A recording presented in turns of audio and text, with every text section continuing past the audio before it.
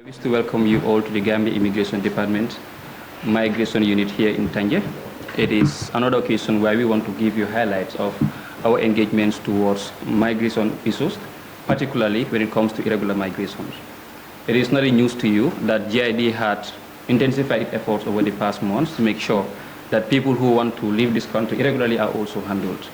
Now we have registered numerous occasions whereby Gambians who want to leave the country had been intercepted. But again, we have seen different dynamics that have been raised of recent, and we want to share with you some of these registered successes. Now, there are different cases that we want to share with you just in the course of 1 month, that is from the 7th of June down to today, the 10th of July, 2025. Now, when you look at the records of what we have registered this particular month, you will tend to realize that there is a peak when it comes to migration matters. There are movements every now and then, and it is only through the vigilance of the GID that we're able to sometimes mitigate some of these practices. Now, before we go through the statistics of some of these cases, I would want to share with you that we have observed in different cases that the modus operandi of most of these organizers comes in different folds, but particularly the organizers in most cases are not even Gambians. They are non-Gambians who would come to the country, recruit migrants or recruit them in other West African countries and then bring them to the Gambia as a transit. Now, in most cases, their payments are done in installments. It is not done using any bank accounts, but it is done installment. And it ranges from $25,000 going down to $80,000.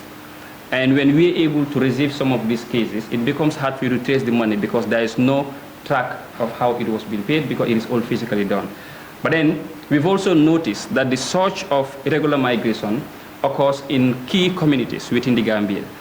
And in most of these cases includes the areas of Khartoum, Gunjur, Sanyang, Tangi, and also of recent we had seen others around Barra as well. And these areas we've mentioned all fall within the coastal lines, the coastal belts, and one can now be able to gauge why are they always using these particular areas. So it means as personnel within the immigration society, and also as citizens, we need to know what efforts can we play to be able to at least mitigate these practices. Now, looking at the cases from June, starting with June 7, 2025, there was an interception made in Brekama around 2100 hours at night. This interception, we were able to have 22 would-be migrants in the interception. And then chiefly among all those that were intercepted are non-Gambians. We had only one Gambian who was in that particular interception. We had 13 Guineans. There were 3 Malians. We also had 2 Ivorians and 1 Zambian. Now, from the numbers we've had, Zambia had not been a common case in the Gambia. But now we have seen people outside the West African bloc also been involved through the Gambia here. Now, by gender aggregation, we had 10 of them who were males, 12 of them were females, and this includes 1 minor who's a male and again a minor who's a female. That is 2 minors altogether in the first case. Now, this case occurred in Brekama on the 7th of June, 2025. Now, in that case, we've understood that there are 2 smugglers who are involved. And again, most of these migrants in their operandi nowadays, they will not just go to the sea directly. They would lodge in a particular vicinity in a community. And there was a landlord that harbored them in that particular area. And then the main organizer of the case is believed to be Abdullahi Yafa, who remains at large at this particular point in time. Now, in the second case, it happened at Tangi, Batokunku. We had it on the 11th of June, 2025. 46 would-be migrants were intercepted in these operations, and this includes 6 Gambians, 23 Senegalese, 7 Guineans, 6 Malians, and 4 Ivorians in this case. So you can again see in the comparative analysis that we still have only a few Gambians involved in that particular case as well. The demographics, we have 41 of them who were males, 5 of them were females, and we had 1 minor who's a female also in that particular case. The organizer of this particular trip is believed to be Abdoulaye Lo, who is also a Senegalese national, and Adam Adem, who is a Gambian national. Now again, you would see that interconnection between how Senegambians are able to connect in trying to organize most of these trips. While it occurs within the Gambia, we can now see that West African countries are using the Gambia as a route to be able to connect into other countries. Now, talking about the third case that occurred in Barra on the 20th of June, 2025, we had 17 would-be migrants that were intercepted. In the same number, we have just 5 Gambians, 7 Guineans, 3 Senegalese, and 2 Malians. So again, based on the number aggregate 2, the Gambian number still remains at a lower scale. We had 12 of them that were male, 5 of them were female, and 2 female minors who are also involved in the case. When it comes to those that are seen as suspects in that case, we have 3 smugglers, which include Kadim Jai, who was able to provide a safe house in Tangi for the migrants, and Bachili, who was able to facilitate the crossing point of the people via the Amdalai border post. And this occurred on the 20th of June, 2025. Moving forward, we had another case in the same month, June, which occurred at Jarra Soma, a very rare case where we see interceptions made around those areas like Jarra Soma. But then, if they are now expanding to other regions, we have to ask ourselves again, why are they shifting the dynamics? Is it because they have seen us registering more success within the Greater Banjul area here, and now they want to explore more areas? And that will still call for more vigilance from other regions in the Gambia, that they have no single place where they want to stay, and they will look for all routes to be able to travel within the Gambia. Now in that case, we had Lamin Jete, who is believed to be the suspect of that particular case, and Lamin is a Gambian from Kiang Tankular. We were able to recover 1 large wooden boat and 2 40-horsepower Yamaha engine in that particular case. And we had co-suspects of Lamin, which includes Sekou Kamara and also Lamin Jaju, who are both Gambians in that circumstance. Moving forward, we had another case which occurred in July. So in the month of June, we had close to 8 cases, right? But then let's look at the cases we had in June. In July, for example, we're just in the first week of July. Today is the 10th of July. And we have received more than 3 interceptions in just that particular week. And what is most shocking is the number had increased tremendously when it comes to the case of July. The first case we had was in Khartoum. In Khartoum, we had 8 migrants that were intercepted on the 3rd of July, 2025. This includes 2 minors, and they were all found at the Khartoum border crossing point where they were intercepted. Now we again had another case in Khartoum on Saturday, 6th July 2025. So Khartoum becomes also a hub when it comes to irregular migration activities. And in the second case that occurred on the 6th of July, we had 31 would-be migrants who were intercepted. The suspect, the agent who was found in the investigation, was Mohamed Njai, who is a Senegalese at the age of 29, and was apprehended during the operations. Now the key organizers, they have agents. You have the main organizers and the sub-agents that they also contact with. And in some cases, the main organizer stays outside the country, and then the agents would be the one that recruit people within the country. So we had Lamin Sarr, who's also a Senegalese, but he's resident in Spain. So somebody staying in Spain, but still being able to recruit people to go into this route as well. And then we also have a sub-agent, that is Janko, who remains at large as we speak. And this case occurred on Saturday, 6 July 2025. Now, the most recent case that was intercepted is just yesterday on the 9th of July 2025. Now if you put together all what we have registered from June down to the 7th of July, it totals about 223 migrants altogether. But then now let's add the number of what we had received yesterday. Yesterday there was an operation in Sanyang that was conducted. We received an intelligence that gave us tips that there is a particular irregular movement in Sanyang, because most of our operations are intelligence-led. We have people that engage with the public, they share with us information, and we act upon that. And when we acted on that particular intelligence, we were able to apprehend the suspect, who is also a Senegalese in this case. And then we also realized that there are 3 compounds in Sanyang village where this number of migrants were all intercepted. And we're talking about 167 migrants just in one operation. And they were harbored in 3 compounds within Sanyang. Now a question can be asked again, how is it possible that people can be living around our neighborhood, moving up and down, and we tend to raise a suspicious mindset as to what is happening in that environment? So the public has to maintain that vigilance, because if we are not in all areas, they should be able to at least serve as the eye of the Immigration Department. So we also realized that after the case was reported, the suspect was apprehended, we were able to apprehend all these 167 would-be migrants that were in Sanyang, and they're currently with us here at the Tangi migration base as we speak. Now what is the aggregation of this number of migrants we had recently? Out of the 167, only 22 of them are Gambians. I have to emphasize this because we need to know very well that there are reasons why people want to use Gambia as a route. We have been seeing many debates or arguments on the media that we have been very much strict when it comes to non-Gambians. And this should serve as a limelight for you to understand why GID does not just want to strictly avoid our regulations. So we had Gambians who were just 22. 77 of these migrants were Senegalese in this last case. 50 of them were Guineans. And these two countries are just at our immediate borders. You will understand that Guinea is not far from the Gambia, and they can easily enter through the Basse and other areas. Senegalese can come in different locations within the country. And then we also have 11 of them that are Malians, 2 were Ivorians, 1 Liberian, and then the number that we had received also included 1 pregnant woman who was also involved.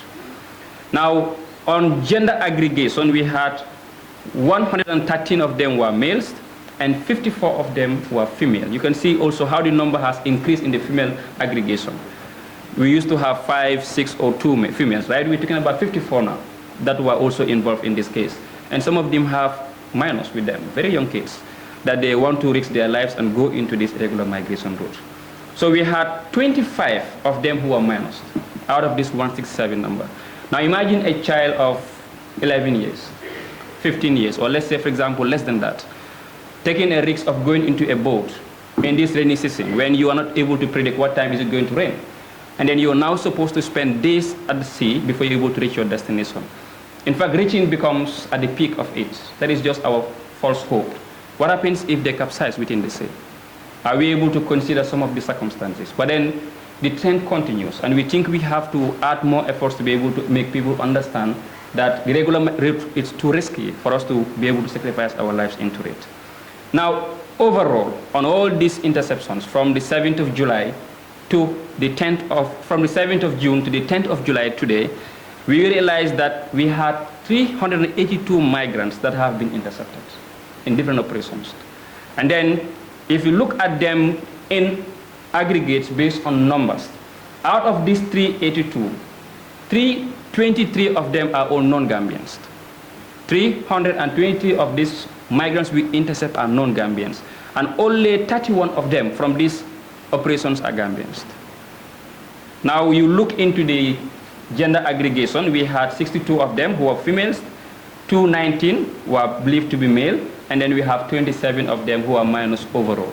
So these are recent cases that occurred in just a peak period of 1 month, from the 7th of June to the 10th of July. And the month of July, going down towards September, is a peak period for irregular migration. We have to be very vigilant because they would assume that we are not working because it is raining. But our officers are active every night, every day, to make sure that we're able to safeguard the image of Gambia. We're able to protect our borders, and we are not going to tolerate people using our porous borders as a mechanism to travel outside the country. Migration becomes a right of every citizen, every Gambian, every non-Gambian. But it is only your right if it is legal. Traveling in an illegal means, it goes against our immigration laws. It goes against conventions that we have signed to as a country. And we must not at any point relent in some of these occasions. Now overall, we would have to highlight that above all these things we have registered, are we perfect as a department? Is everything 100%? And the answers will be no, because there is no way we can say whatever we do is perfect. Our operational pillar, through the commissioner and the border patrol unit, are doing amazingly well. But they also have some gaps. They face some challenges. And most of these challenges are not sometimes set onto the public to also understand. Now, what are the challenges we face in some of these cases? I'll give you a context. In 2025, GID had 28 cases that we want to prosecute. Just 2025, from January down to July. Now, out of these 28 cases, 6 of them had been prosecuted and were able to get a verdict. Now, 22 of them are still pending cases as we speak. And then we have more cases still being added onto that list. So now, we may want to ask, what is the reason why we have more pending cases than approved cases? And the answer is, the GID doesn't have the power to prosecute people directly. Remember, if you look at our historical context as a department, we started off as a subunit in the Gambia Police Force until we're able to now delineate at some point. But then we do not have the power, based on the immigration laws, to be able to prosecute people in this case. So what we do is, our prosecution unit works with the Gambia Police Force unit to take these cases to the court. We are not able to determine how long the case will last at the court, and we cannot also tell how fast will the police take over those cases to be able to support in most cases. And that is why we have this number of pending cases currently with us. So we believe it's important that if GID has the prosecuting powers, then now it is going to streamline our efforts and be able to impact what we are doing. How do we expect to get this? There is an immigration bill currently ongoing. I'm sure you're already aware of that. And that bill will give us the powers to be able to pass into a law, and we have those powers. But the bill also becoming a law goes to legislative procedures. The non-members have a part to play. The cabinet also have a part to play. And I believe if they understand the challenges we are facing and how the dynamics are evolving, they should be able to give it priority for us to be able to at least redress to some of these concerns. Another challenge we face in our operations includes challenges with mobility. Remember, we have cases in Barra, Sanyang, Khartoum, etc. And then it's not possible for you to just have 2 or 3 vehicles to be able to go to all these areas. If you look at our operational base here, we have less than 2 vehicles currently with us. That means we need more resources to be able to support those operations. And then the last area I would want to also adjust on is when we intercept these migrants, they are brought to Tangi here.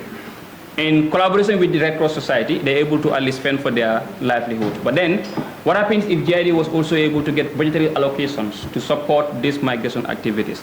That will also enhance our work and be able to promote more efficient migration management. So in conclusion, I just want to acknowledge the efforts of our interagency partners. First, the Gambia Police Force had been very much supportive in most of our cases. The Gambian Navy, as you all know, are responsible of going to the sea for patrol basis. And in many occasions, they have been able to intercept migrants and will give it to us. So they've also been very supportive. We also have the Gambia Immigration Society who have also been very supportive. If you go outside right now, you can see them taking care of the welfare of those migrants as well. And most importantly, we also had partners that are outside the country. We have the COP Gambia project that also supports our logistical operations and also give them capacity to be able to investigate these cases. We also have the Guardia Civil from Spain that also supports our engagements. We would also want to extend our regards to the Ministry of Interior, our line ministry, for also giving us more support for being able to do most of these activities. While we acknowledge our successes, register more accomplishments, we also highlight the gaps we have faced in these operations. And we believe that stakeholders out there, the government of the Gambia, and other potential partners should be able to come to the limelight and support the work of the Gambia Immigration Department. With these few remarks, I would invite any questions that you may want to have to ask the questions. We have Commissioner Hatta Boyang, who is the operations lead. We also have Chief Superintendent Omar F. Sedikan, who is the coordinator of the Border Patrol Unit. We have Assistant Commissioner Binta KJ Barra, who is the Commissioner for the Migration Management Unit, and we also have DSI, who's also with us here as the commandant of the GID training school. So if you have any questions and then it relates to any of them, they will chip in to be able to answer some of those concerns. I open the floor for you to ask any concerns you may have. That you made, and then the key important points that you highlighted during your deliberation. Indeed, we can see the increase in the number of attempted departures that we have in the country, and then some of the factors responsible for this has been highlighted by the PRO. Coming back to your question, it's important that questions like this are asked, and then I would like to inform everyone that it's not that we are weak in our capacity as immigration to handle these issues. But if you look at the geographical location of this country, we only share a boundary with Senegal. And then the porous nature of our border make it a difficult thing for the GID to be able to manage or control some of the movement of people into our country. And another factor responsible also for this increase of non-Gambians using Gambia the source of Gambia as a stepping stone or a transit point is because of the free movement protocol of the ECOWAS. Gambia is a signatory to the ECOWAS free movement protocol, and then the protocol observes that citizens of each member state can freely enter into each other's country as a citizen, but with the condition. But as I said, due to the porous nature of the border, some people circumvent the borders to enter the Gambia and then join this route of irregular migration. But also we have other people that aid and abet the entry of these people into the country, which also includes our own citizens.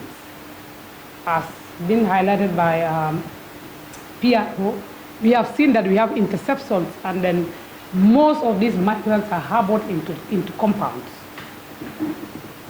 This also is a hindrance to the immigration department in our zones, because if non-Gambians or non-undocumented Gambians are harbored in a compound and then it is not reported, it is an offense against the Immigration Act at the first place. So the responsibility of compound owners, local authorities like thieves and safers, would also help us to mitigate this problem by reporting to the nearest immigration or police post once they have people that are not the usual habitants of those compounds. Because if you see a number of people within your compound, at least you should be able to know that this is not a familiar face and this number is not as usual in this area. So we are also reaching out to the community, telling them that it is an offense against the Immigration Act, laws of the Gambia, that you harbor a person in your compound which is not a habitual resident and not a legal resident in this country, more especially in a number that is more than the numbers that we usually see. If I can answer your question. So the second question is asking about the fate of the non-Gambians that are intercepted, right? If I'm not mistaken. I want to help. You want to go? Okay, I thank you, Assistant Commissioner.